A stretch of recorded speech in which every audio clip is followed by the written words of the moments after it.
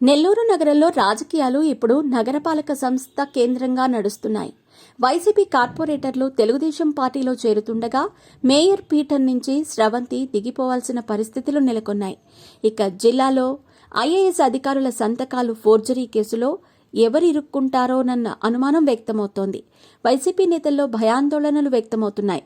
ఇందులో కీలక నిందితుడైన జయవర్ధన్ లొంగిపోవడంతో కేసు కీలక స్థితికి చేరుకుంది. ప్రధానంగా ఐఏఎస్ల సంతకాల ఫోర్జరీ కేసులో అసలు సూత్రధారిగా అప్పటి నెల్లూరు ఎంపీ ఆదాల ప్రభాకర్ రెడ్డి పేరు వినిపిస్తోంది.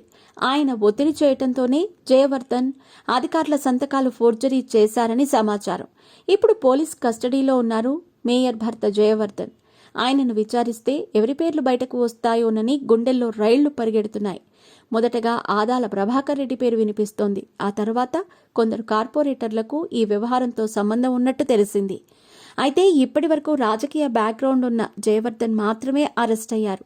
ఇప్పుడు జయవర్ధన్ నోరు విప్పితే మరింత మంది అరెస్ట్ అయ్యే అవకాశాలున్నాయని తెలుస్తోంది. ఇదిలా ఉండగా పోలీసుల విచారణలో భాగంగా 3 కార్పొరేటర్ల పేర్లను జయవర్ధన్ చెప్పినట్టు సమాచారం అందుతోంది. ఓ మాజీ కార్పొరేటర్ కూడా ఈ కేసుతో సంబంధం ఉన్నట్టు జయవర్ధన్ చెప్పినట్టు తెలుస్తోంది. ఆ వ్యక్తులు ఎవరా అని చర్చలు జరుగుతున్నాయి.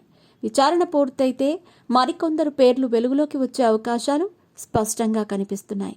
వైసీపీ పాలనలో ఇష్టారాజ్యంగా నడుచుకున్న నేతలకు ఇప్పుడు అరెస్ట్ భయం పట్టుకుంది.